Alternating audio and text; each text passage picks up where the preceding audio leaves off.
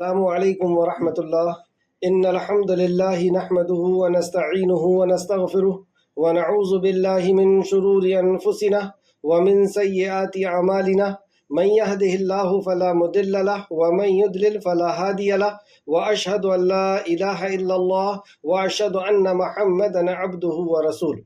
ہر قسم کی تعریف اور شکر اللہ رب العزت کے لیے لائق اور زیبا ہے، جو ساری کائنات کا ایک و تنہا خالق، مالک، مربی اور منتظم ہے۔ درود و سلام ہو انبیاء اکرام پر، خصوصاً نبی مکرم رحمۃ للعالمین امام الانبیاء محمد رسول اللہ صلی اللہ علیہ وسلم پر اور آپ کے اصحاب پر۔ اللہم صلی علی محمد وعلی آل محمد کما صلیت علی ابراہیم وعلی آل ابراہیم انک حمید مجید۔ اللہم بارک علی محمد وعلی آل محمد کما بارکت علی ابراہیم وعلی آل ابراہیم انک حمید مجید۔ معزز سامعین اکرام، آج انشاءاللہ سورہ زمر کی آیت نمبر 41 سے کلاس رہے گی۔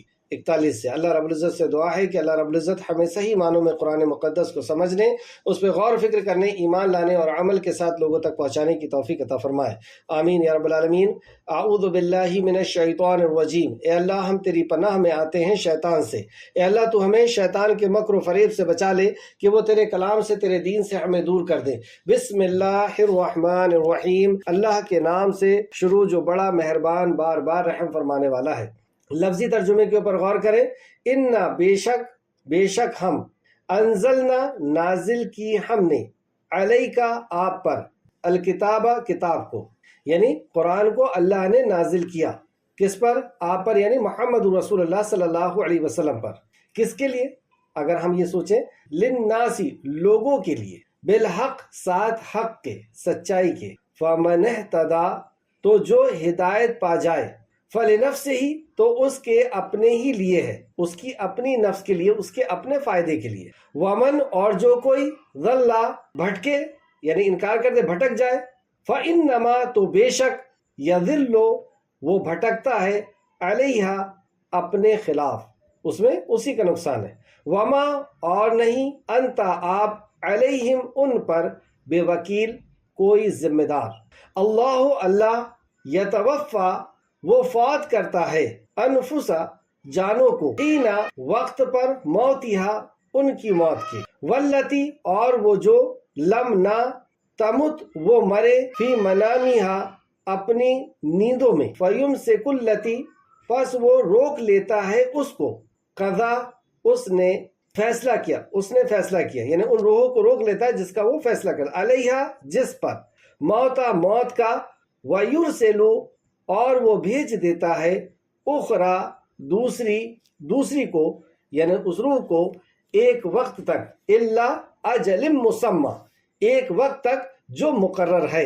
ان فی ذالک بے شک اس میں، لآیات لقوم یتفکرون بے شک اس میں، لآیات البتہ نشانی ہے، لقومی ان لوگوں کے لیے، اس قوم کے لیے، یتفکرون جو غور و فکر کرتے ہیں۔ کیا انہوں نے بنا لی ہے، من دون اللہ سوائے اللہ کے، شفعاء کچھ سفارش، کل کہہ دیجئے، اولو کیا بھلا اگر، کانو ہو وہ، لا یملکون نہ وہ ملکیت رکھتے، شیئن کسی چیز کی۔ ان سے پوچھئے کہ کیا وہ، اگر وہ کسی چیز کی ملکیت نہیں رکھتے، اس کے باوجود بھی سفارش کریں گے؟ اور تم نے خود اپنی طرح سے بنا، اپنے ہی اختیار میں بنا لیا ہے یا اپنی سوچ سے بنا لیا ہے؟ ولا اور نہ، یعقلون وہ عقل رکھتے ہیں۔ کل کہہ دیجئے، للہ اللہ ہی کے لیے ہے، شفاعت سفارش، جمیع ساری کی ساری، لہو اس کے لیے ہے، ملک السماواتی بادشاہت آسمان کی، والارض اور زمین کی، ثم پھر، الیہ طرف اس کے، یرجعون تم لوٹائے جاؤ گے۔ تفسیر ابن کثیر جلد نمبر 5، مصباح المنیر، صفحہ نمبر 239۔ انا انزلنا الیک الکتاب للناس بالحق بلا شبہ ہم نے آپ کے طرف کتاب بھیجی، یعنی یہ قرآن اللہ رب العزت کے طرف سے نازل کیا ہوا ہے۔ سوال یہ اٹھا کہ کس کے لیے نازل کیا؟ کیا صرف نبی کریم صلی اللہ علیہ وسلم کے لیے کہ آپ پڑھ لیں، سمجھ لیں اور عمل کر لیں؟ اللہ نے فرمایا للناس لوگوں کے لیے بھیجا ہے، یعنی صرف آپ کے لیے نہیں، آپ کی ذمہ داری ہے کہ اسے آپ لوگوں تک پہنچا دیں۔ اور یہ قرآن کو حق کے ساتھ بھیجا گیا ہے، سچائی کے ساتھ بھیجا گیا ہے، بالحق۔ تو جب آپ صلی اللہ علیہ وسلم اس پیغام کو لوگوں تک پہنچاتے اور لوگ انکار کرتے اور کفر کرتے، تو آپ کو بہت تکلیف محسوس ہوتی، آپ بہت مایوس ہو جاتے، آپ غمگین ہو جاتے، تو اللہ سبحانہ و تعالیٰ نے یہاں پر آپ کو تسلی دی کہ اگر یہ ایمان نہیں لائیں گے تو آپ کی ذمہ داری صرف پیغام پہنچا دینا ہے، اگر یہ قبول کر لیتے ہیں تو اس میں انہی کا بھلا ہے، اور اگر یہ انکار کرتے ہیں تو انہی کا نقصان ہے، اور آپ ان کے ذمہ دار ہرگز نہیں ہیں۔ تو اللہ سبحانہ تعالیٰ نے فرمایا فَمَنِ اهْتَدَىٰ فَلِنَفْسِهِ، پس جس نے ہدایت پائی تو اس نے اپنی ہی نفس کے لیے پائی، اپنے ہی فائدے کے لیے پائی۔ جو ہدایت پائے گا یعنی قرآن کو سمجھے گا، اس پہ ایمان لائے گا، عمل کرے گا، تو اس میں کسی اور کا فائدہ نہیں ہے، کسی جماعت کا فائدہ یا کسی کے اوپر ہم احسان نہیں کر رہے، کسی دائی کے اوپر یا مسلمانوں کے اوپر یا اپنے استاد کے اوپر۔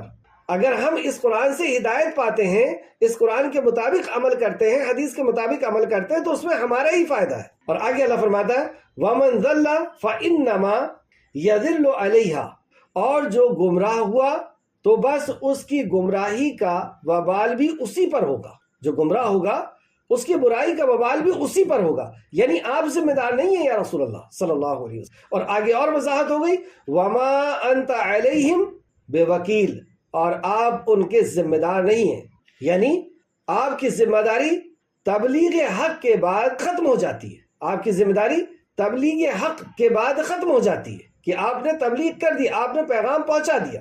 اگر یہ قبول نہ کرے تو ان میں انہی کا نقصان ہے، جیسے کہ سورہ ہود آیت نمبر 12 میں اللہ فرماتا ہے اور اے محمد رسول اللہ صلی اللہ علیہ وسلم، آپ تو صرف ڈرانے والے ہیں اور اللہ ہر چیز پر نگران ہے۔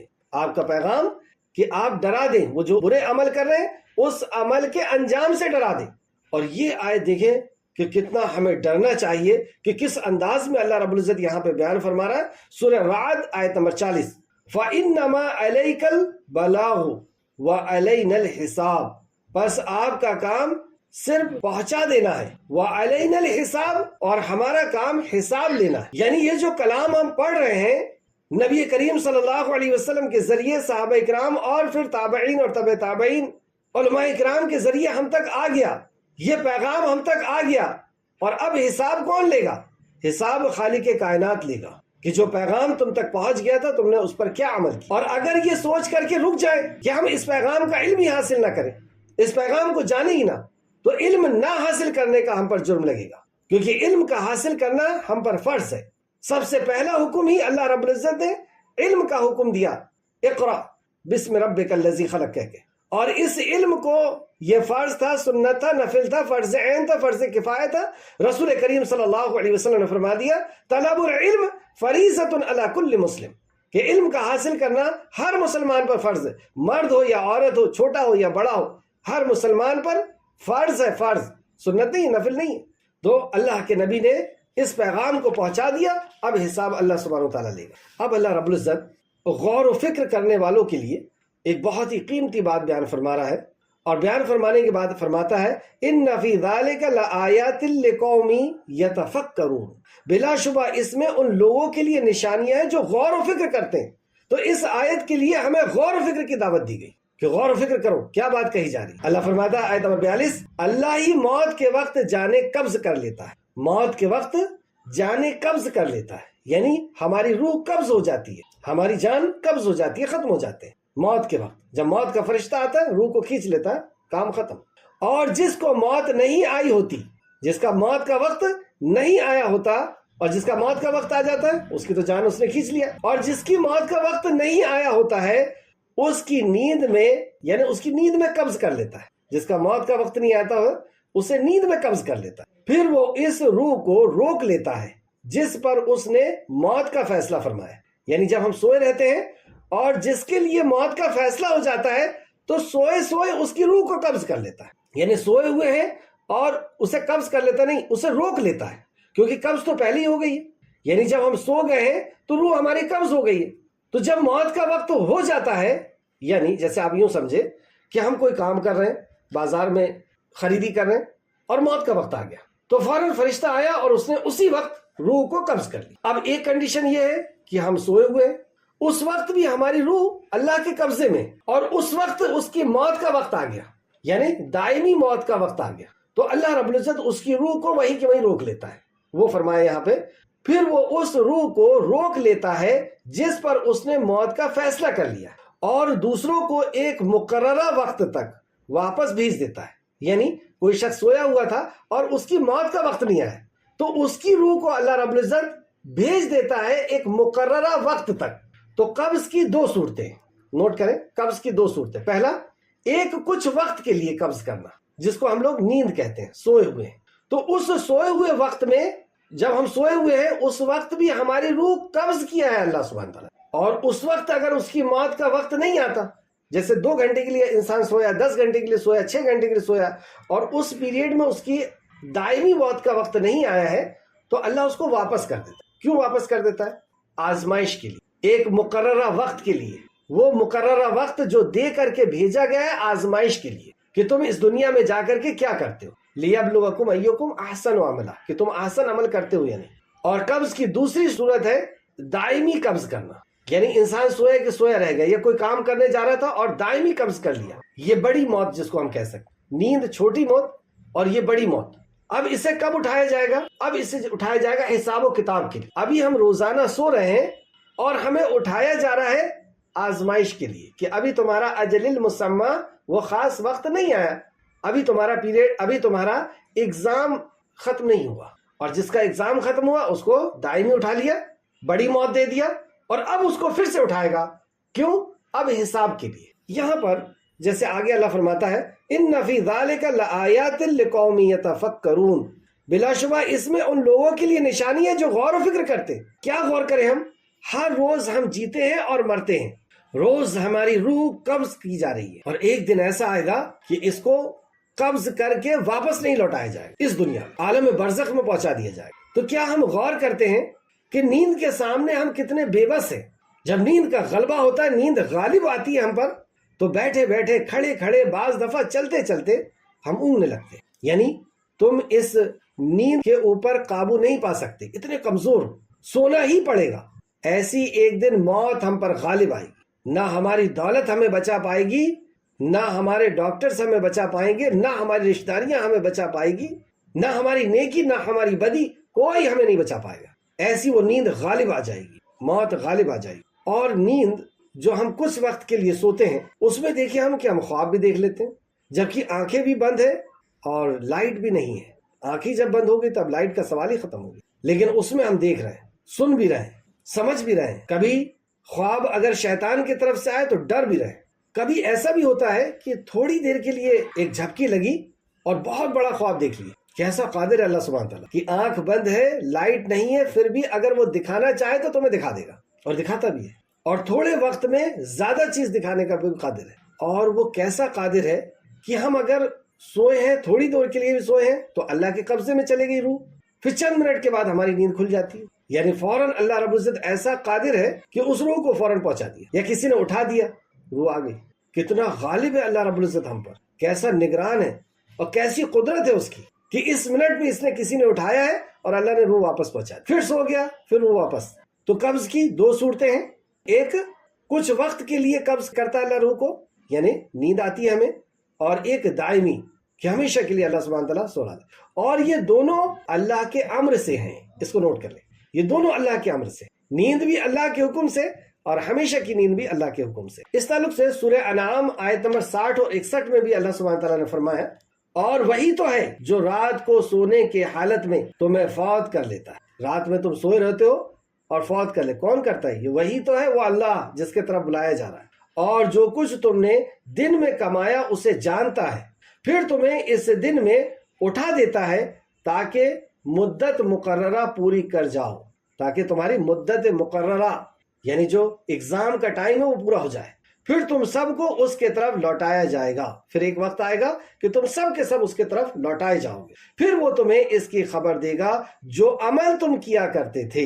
تو کیسا اگزامپل دے کے اللہ نے سمجھا دیا کہ جیسے تمہاری چھوٹی موت آتی ہے، پھر اٹھتے ہو، پھر جیتے ہو، ایسی ایک موت آئے گی اور پھر تمہیں اٹھا لیا جائے۔ نبی مکرم نے اس بات کو قسم کھا کر فرمایا کہ اللہ کی قسم، جس طرح تم سوتے ہو اس طرح سو جاؤ گے، مر جاؤ گے، اور جس طرح اٹھتے ہو اس طرح اٹھائے جاؤ گے۔ اس آیت کے اندر دیکھیں، آیت نمبر 60 اور 61، اور وہ اپنے بندوں پر غالب ہے، سلانے پر بھی اور جگانے پر بھی، موت پر بھی، پھر اٹھانے پر بھی، اور تم پر محافظ بھیجتا ہے حتیٰ کہ جب تم میں سے کسی ایک کی موت آتی ہے تو ہمارے رسول یعنی فرشتے، یہاں پہ رسول سے مراد فرشتے، اسے فوت کرتے ہیں اور وہ کسی طرح بھی کوتاہی نہیں کرتے۔ جب اللہ کے فرشتے آتے ہیں تو پھر وہ کوتاہی نہیں کرتے، پھر وقت نہیں دیا جاتا۔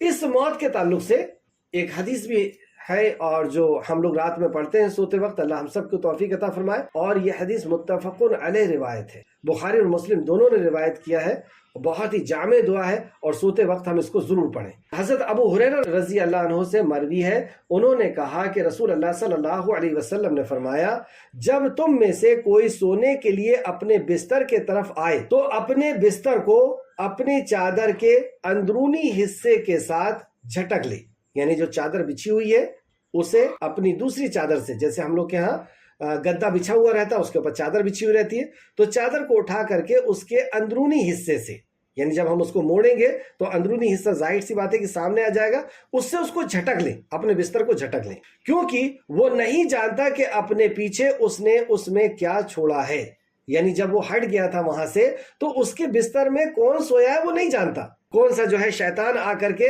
یا خبیث آ کر کے وہاں پہ سویا تھا وہ نہیں جانتا، کہ کوئی شیطان وہاں پہ سویا ہوا وہ نہیں جانتا۔ تو فرمایا کیونکہ وہ نہیں جانتا کہ اپنے پیچھے اس نے اس میں کیا چھوڑا ہے، اور پھر یہ دعا پڑھے۔ دعا کیا ہے؟ بسمک ربی وضعت جنبی وبک ارفعوہ ان امسکت نفسی فرحمہا وان ارسلتہا فحفظہا بما تحفظ بہ عبادک الصالحین۔ اعوذ باللہ من الشیطان الرجیم۔ ترجمہ دیکھیں، تیرے پاک نام کے ساتھ اے میرے رب، میں نے اپنے پہلو کو رکھا ہے اور تیرے حکم کے ساتھ ہی میں اسے اٹھاؤں گا، یعنی تیرے پاک نام کے ساتھ اپنے پہلو کو میں نے اس بستر پر رکھا ہے اور تیرے حکم کے ساتھ ہی اٹھاؤں گا، اگر تیرا حکم نہیں ہوا تو میں اٹھ نہیں سکتا، تیرے حکم کے ساتھ میں اپنے پہلو کو اس سے اٹھاؤں گا۔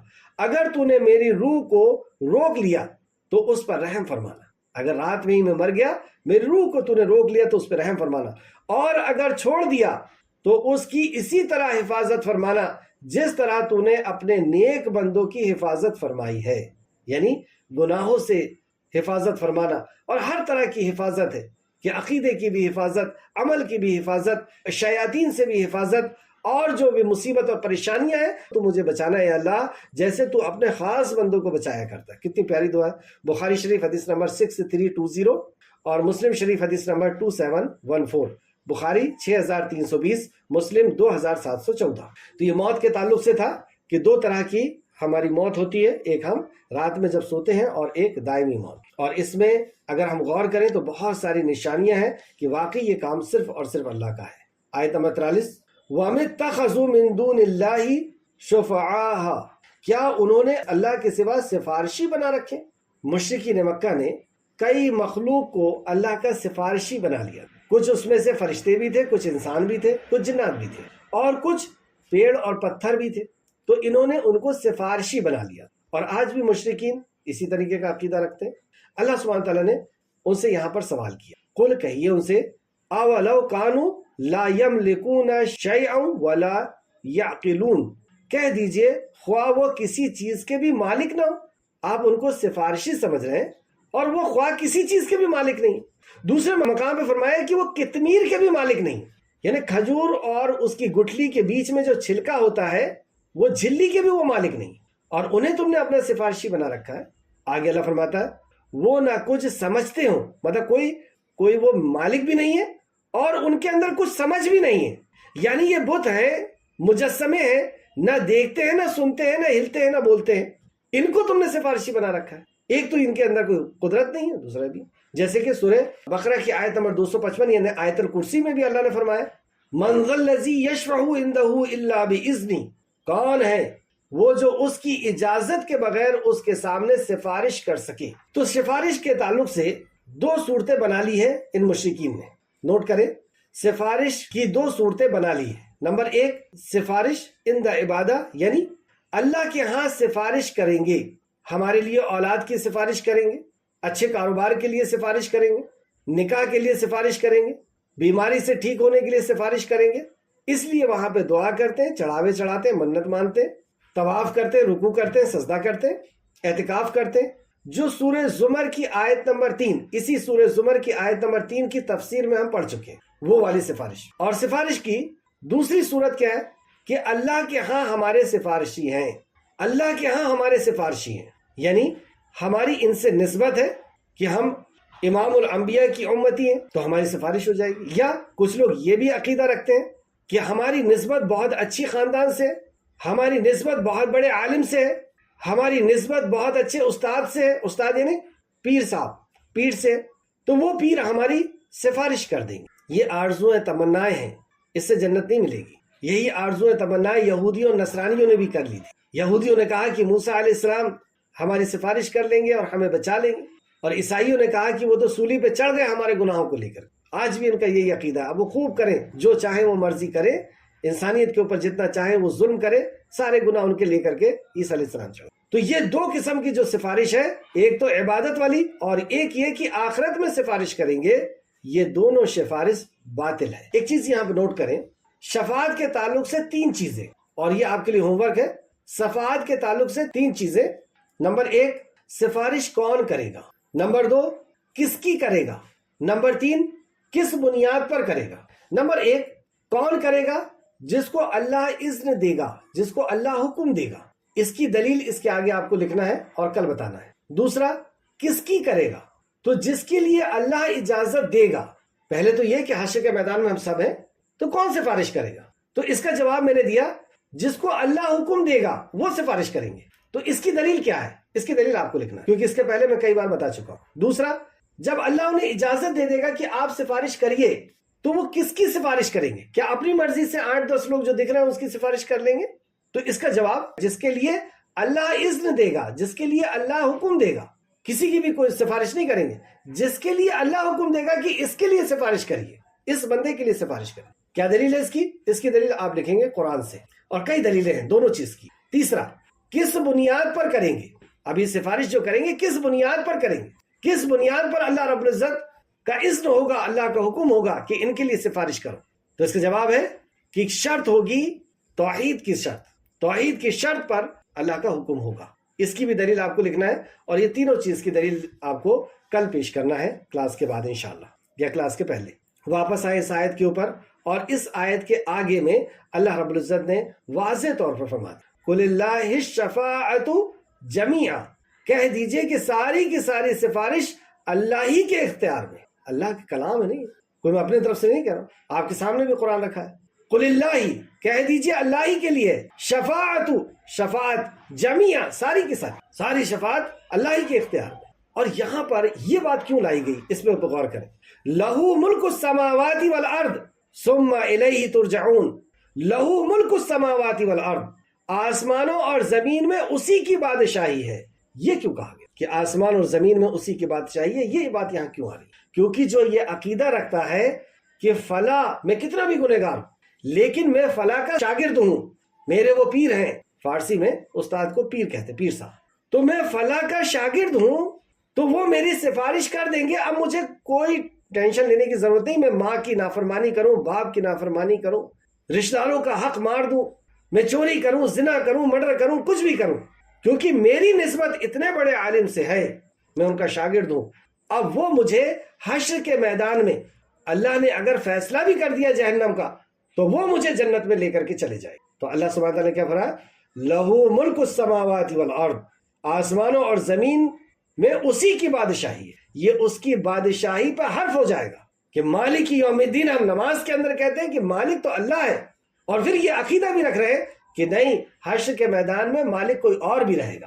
اللہ نے اگر جہنم کا فیصلہ بھی کر دیا تو وہ جنت میں لے جا لے گا۔ کیوں جنت میں لے جا لے گا؟ کیونکہ اللہ رب العزت نے فیصلہ صحیح نہیں کیا، اللہ انصاف کرنے والا نہیں۔ استغفر اللہ، کیا عقیدہ ہے یہ؟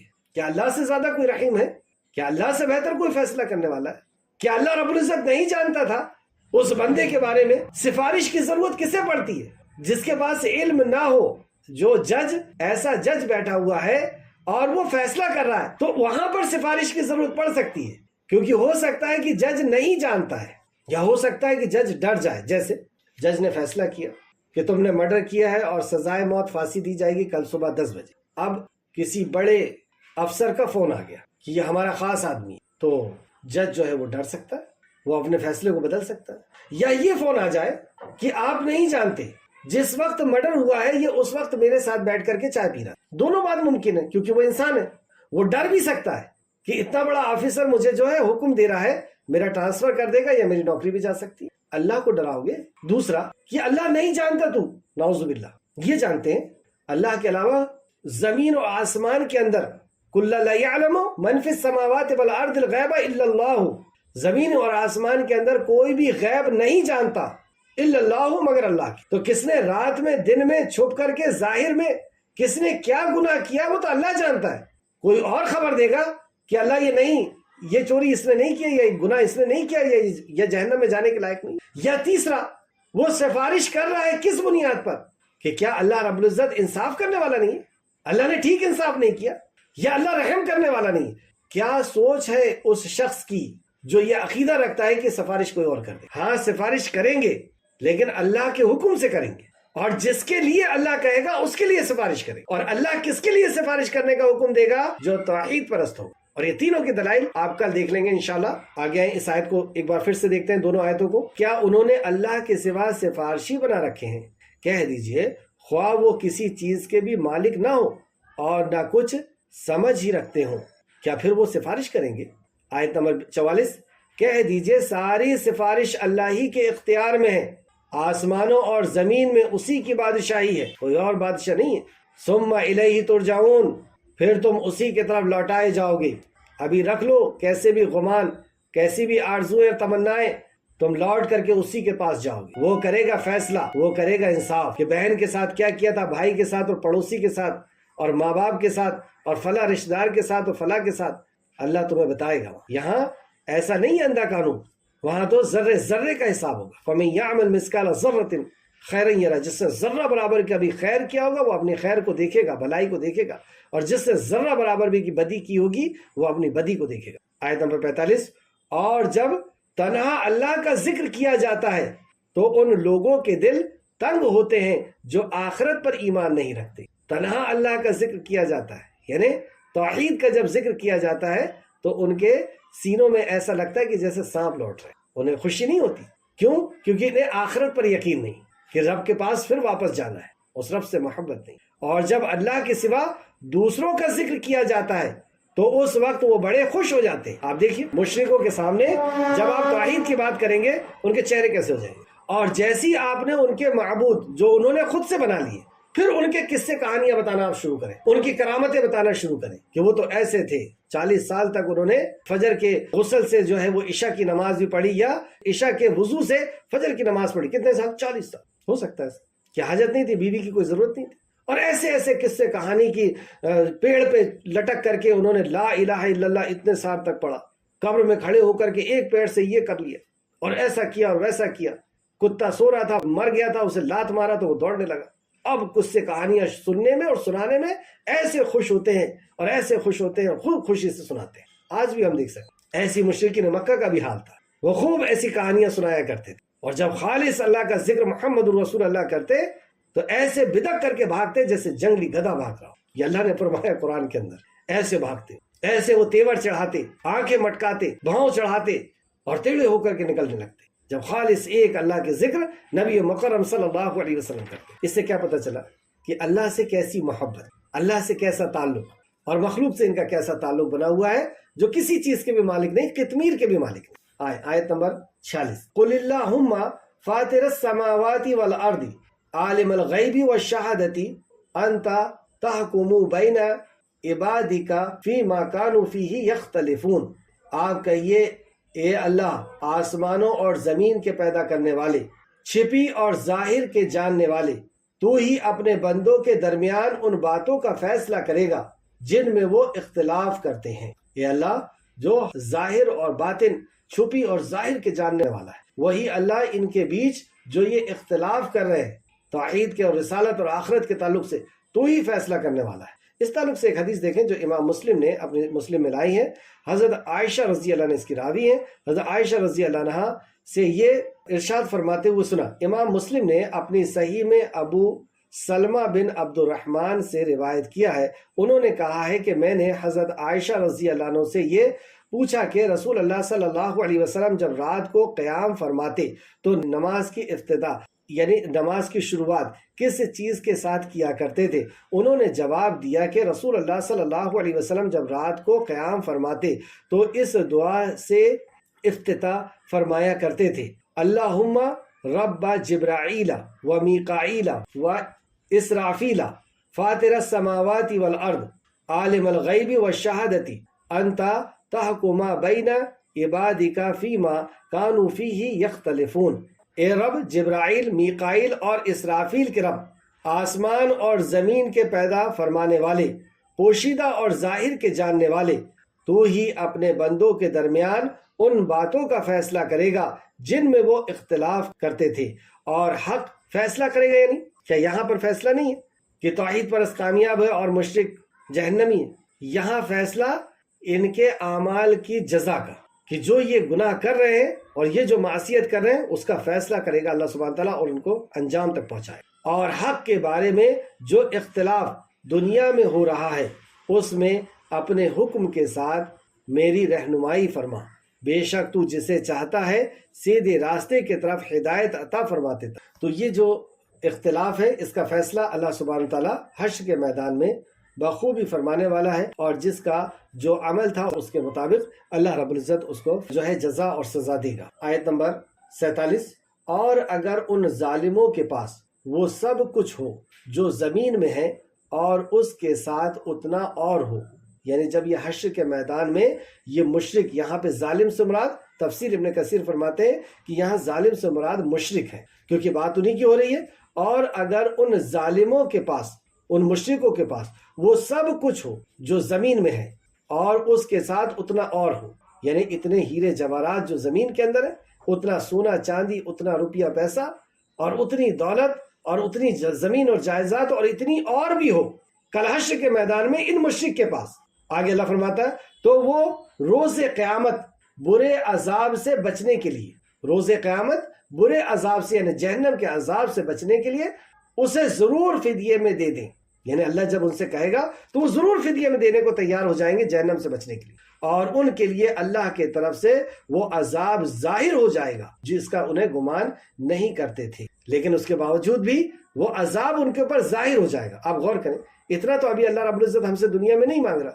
جو صاحب استطاعت ہیں ان سے اللہ رب العزت جو پیسہ، جو زیور پڑا ہوا ہے اور جس پہ 1 سال گزر گیا، یعنی 1 سال تک اس کی ضرورت نہیں پڑی، اس میں سے 2.5% اللہ رب العزت نے مانگا ہے۔ لیکن یہاں پہ مشرکین جب حشر کے میدان میں کھڑے ہوں گے اور ان کے پاس یہ پورے ارتھ کے برابر دولت ہوگی اور اتنی ہی اور ہوگی، اور وہ اس جہنم سے بچنے کے لیے اسے دینے کے لیے تیار ہو جائیں گے یا دے بھی دیں گے، تو بھی اللہ رب العزت کا عذاب ان پر مسلط ہو کر کے رہے۔ اس تعلق سے سورہ آل عمران آیت نمبر 91 میں اللہ سبحانہ تعالیٰ فرماتا ہے: بے شک وہ لوگ جنہوں نے کفر کیا اور اس حال میں مر گئے کہ وہ کہیں گے سو ان کے کسی ایک نے بھی زمین بھرنے کے برابر سونا ہرگز قبول نہ کیا جائے گا۔ مطلب وہ مشرکین جو اس حال میں مر گئے، وہ کفر کرنے والے اس حال میں مر گئے اور زمین بھر کے سونا بھی دیں گے تو ان سے قبول نہیں کیا جائے گا، خواہ وہ اسے فدیے میں دے دیں۔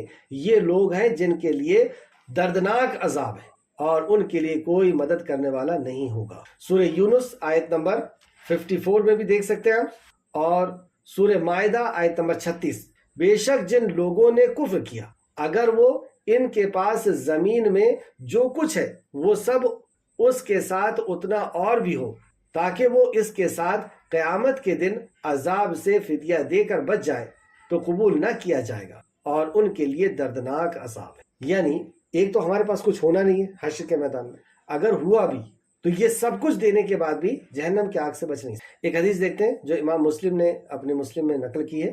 سیدنا انس بن مالک رضی اللہ عنہ بیان کرتے ہیں کہ رسول اللہ صلی اللہ علیہ وسلم نے فرمایا: اللہ تعالیٰ اس شخص سے فرمائے گا جسے جہنم میں سب سے ہلکا عذاب ہوگا، جہنم میں سب سے ہلکا عذاب ہوگا، اگر تیرے پاس ساری دنیا اور جو کچھ اس میں ہے وہ سب کچھ ہو تو کیا تو اپنے آپ کو عذاب سے چھڑانے کے لیے وہ سب کچھ بطور فدیہ دے دے گا؟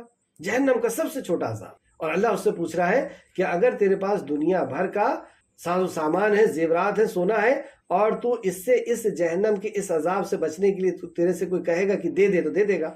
تو وہ کہے گا ہاں، وہ کہے گا ہاں، تو اللہ تعالیٰ فرمائے گا مگر میں نے تو اس سے کہیں آسان بات چاہی تھی، میں نے دنیا میں اس سے کہیں آسان بات چاہی تھی۔ وہ کون سی بات تھی؟ وہ توحید تھی، کہ بندے سے اللہ رب العزت نے صرف توحید چاہا۔ کیا دلیل؟ اللہ سبحانہ تعالیٰ نے فرمایا وَمَا خَلَقْتُ الْجِنَّ وَالْإِنسَ إِلَّا لِيَعْبُدُونَ، کہ میں نے نہیں پیدا کیا انس اور جن کو مگر اس لیے کہ وہ میری عبادت کریں۔ اس لیے نہیں کہ تو نے جتنی دولت کمایا وہ سب کے سب لٹا دے، تو کچھ مت کھا، کچھ مت پہن۔ دنیا تو اللہ رب العزت نے ہمارے ہی لیے دیا ہے، اور کہا بھی کہ اس دنیا کو مانگو، ربنا آتینا فی الدنیا حسنۃ وفی الآخرۃ حسنۃ وقنا عذاب النار۔ پہلے دنیا مانگنے کا اللہ رب العزت نے حکم دیا، اور دنیا سے اللہ رب العزت نے کوئی کنارہ کشی کرنے کا نہیں کہا، رحبانیت اختیار کرنے کا نہیں کہا۔ تو اللہ رب العزت اس دن اس مشرک سے کہے گا کہ میں نے دنیا میں یہ کچھ نہیں مانگا تھا کہ اتنی دولت تو کما کر کے مجھے دے دے، میں نے تو بہت آسان بات چاہی تھی دنیا میں جس میں کچھ خرچ بھی نہیں تھا، اور تب تو ابھی آدم علیہ السلام کی پشت میں تھا، اور تب تو دیکھیں اس حدیث میں آگے کیا فرمایا نبی صلی اللہ علیہ وسلم نے، پھر اللہ فرمائے گا اور تب تو بھی آدم علیہ السلام کی پشت میں تھا، وہ یہ کہ تم شرک نہ کرنا، وہ یہ کہ تو شرک نہ کرنا، میں تجھے جہنم میں داخل نہیں کروں گا مگر تو نہ مانا اور تو نے شرک کا ارتکاب کیا۔ مسلم شریف حدیث نمبر 2805۔